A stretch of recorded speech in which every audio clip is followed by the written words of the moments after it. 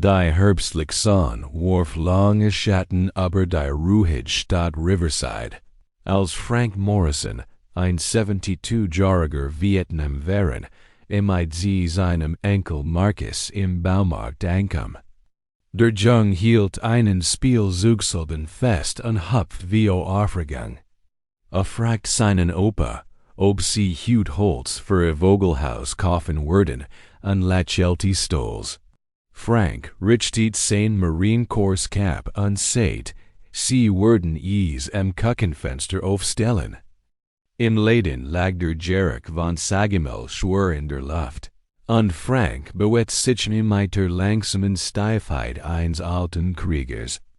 Marcus ging bewundernd in seiner Seat und hielt seine Hand. Sie kaufen das bentetet Holz und gingen zurück zum Auto. Wenn sie den Kofferraum beluden, spürt Frank ein Vertrautsein in seinem verletzten Bein. Plötzlich donnert ein lauter Truck auf den Parkplatz. Musik dröhnt und Abgas füllten die Luft. Wir wohlhabende junge Männer stiegen aus. Angefeuert von Derek Poulsen, dem arroganten Unruhestifter der Stadt. Derek schrie Frank an, weil angeblich die Ladezone blockierte, obwohl es keine Schilder gab.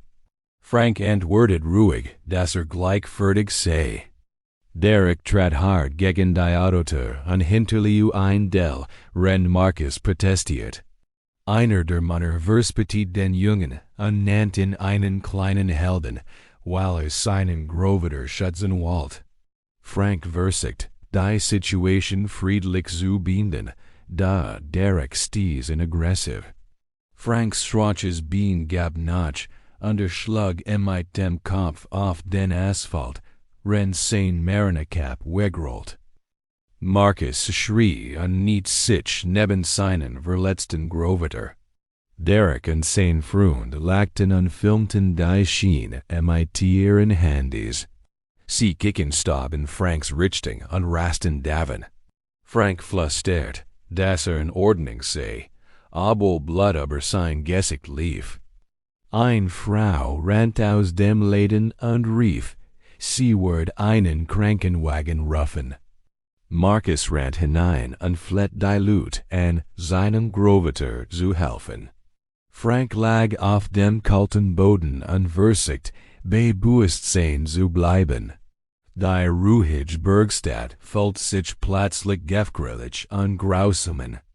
Auf der anderen Seite der Stadt schweit Rex Chains Malone gerade einen Tank, als sein Handy vibrierte.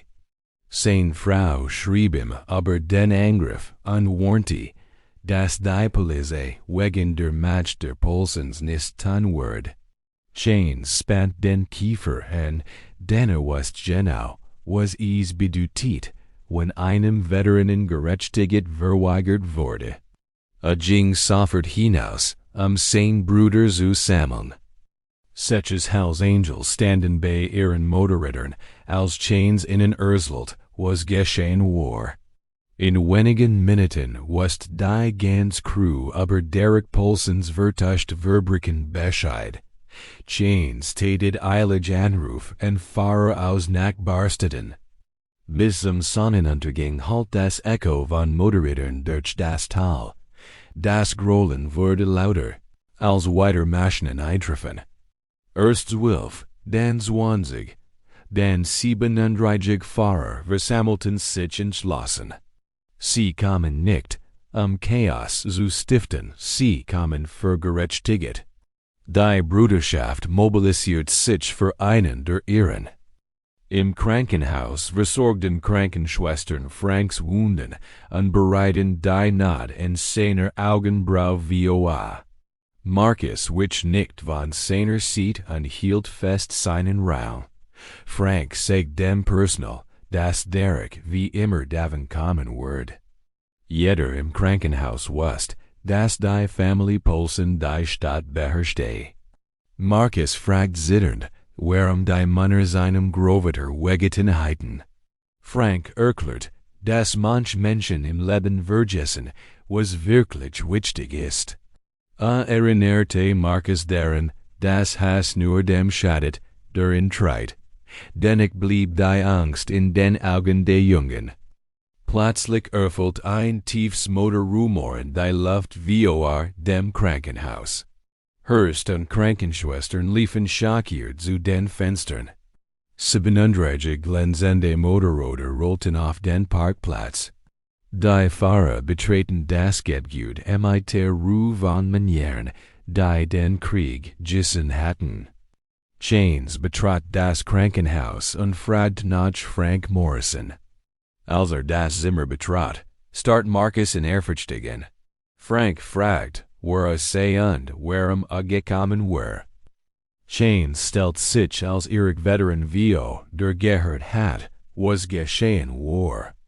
Frank warnte ihn, sich nicht einzumischen, da die Pulsens die Stadt beswen. Chains antwortet ruhig, dass sie die Angels nicht besitzen würden und niemals könnten. Versichert Frank, dass niemand in oder seinen Enkel in dieser Nacht antasten würde.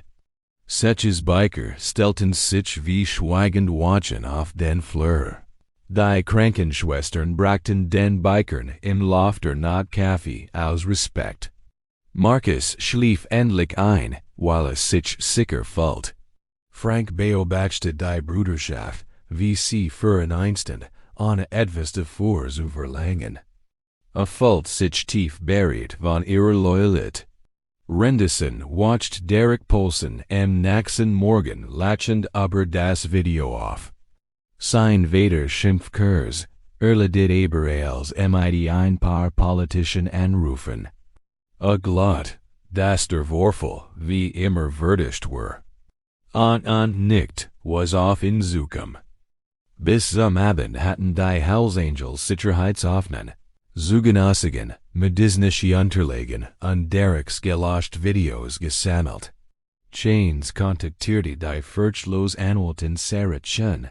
Sie versprach, am nächsten Morgen Anklage zu erheben und die Medien zu informieren. Die Gerechtigkeit bewegt sich schneller, als Derek erwartet hat. In dieser Nacht feiert Derek mit Freunden in the Summit. Das donnernd Grollen Dutzender Motoren ließ das Gebäude zittern. Die Biker betreten ruhig und besten den Raum. Dereks Arroganz verschwand augenblicklich. Chains siegte das Video und sprach ließ. Sagt Derek, dass am nächsten Morgen gestehen wird, oder das Video wird landesweit viral gehen.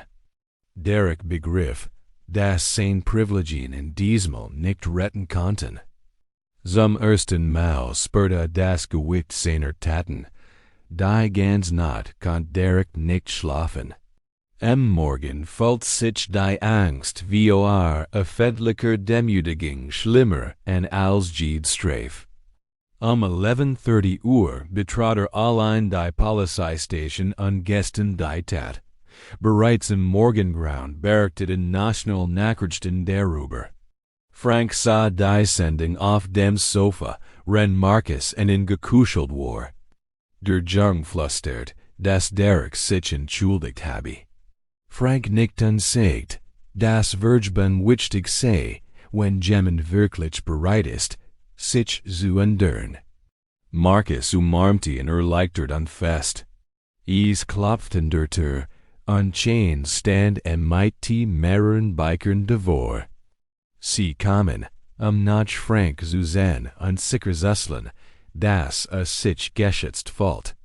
Marcus gab Chains eine Zeichnung von Bikern, die seinen Groveter beschützen. Chains nahm sie an, als wäre es ein Schatz. Derek erhielt Bureau, Sozialdienst, Anti-Aggression-Strange und Pflichtarbeit in einem Veteranenprogramm. Sein erstes Treffen mit Frank war schwer und angespannt.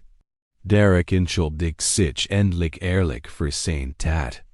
Frank sagt ihm, dass schlechte Entscheidungen keinen Menschen für immer definieren. Langsam begann Derek sich zu verändern und damit zu lernen. Den Geschichten der Veteranen zu und Verstand der Opfer, Arbeitet Ehrlichkeit statt Arroganz. Das Programm formt seinen Charakter neu. Setches Monat später veranstalten die Hells Angels ihr jahrlich Wohltätigkeitsfahrt für Veteranen. Frank und Dorothy nahmen als Ehrungsziel. Marcus trug stolz ein klein Letterwest, die Chain Spezial für ihn gemacht hat. Aber 200 Motorräder donnerten als Tribut heran. Chain sprach wie der Mensch mit Stolz. Sagt, sie ritten für alle, die gedient hatten, für Frank Morrison und für Marcus, dessen Mut sie inspiriert hat. Die Mensch jubelt laut, rend Marcus stolz winkt. Selbst Derek Erschien und sicher bis Frank in zu sich winkt. Frank sagt Derek, das Erlgesang bedeutet, wieder aufgenommen zu werden und nicht ausgeschlossen. Derek's Augen füllten sich mit Tränen, als merkt, dass ihm vergeben worden war. Zum ersten Mal seit langem fühlt sich wieder zugrig. Ein neuer Abschnitt seines Lebens begann ließ. 3 Jahre später stand Marcus in Franks Workbank an Botte Vogelhauser. Abat seinen Groveter, die Geschichte noch einmal zu erzählen. Frank lächelte, denn wusste genau, welch Geschichte meint. Der Jung nannt sie den Tag, an dem die Engel kamen. Über der Workbank hing ein Foto von Frank, Dorothy, Marcus und Chains, umgeben von den 37 Bikern, die für sie Hirschnen waren. Daneben hing Marcus' Kinderzeichnung. Ein klein Messingtafel darunter trug die Wort, geht nie in Rand. Brüderschaft endet niemals. Sie de jeden deren, für ihn einsetzten, die selbst nicht mehr stehen können. Draugen rauscht der Bergwind durch die hohen Kiefern. Wenn man genau hinhört, kann man noch das fern Echo von Motorrädern rennen. Die Brüderschaft war immer noch dort draugen. Und sie watcht weiterhin.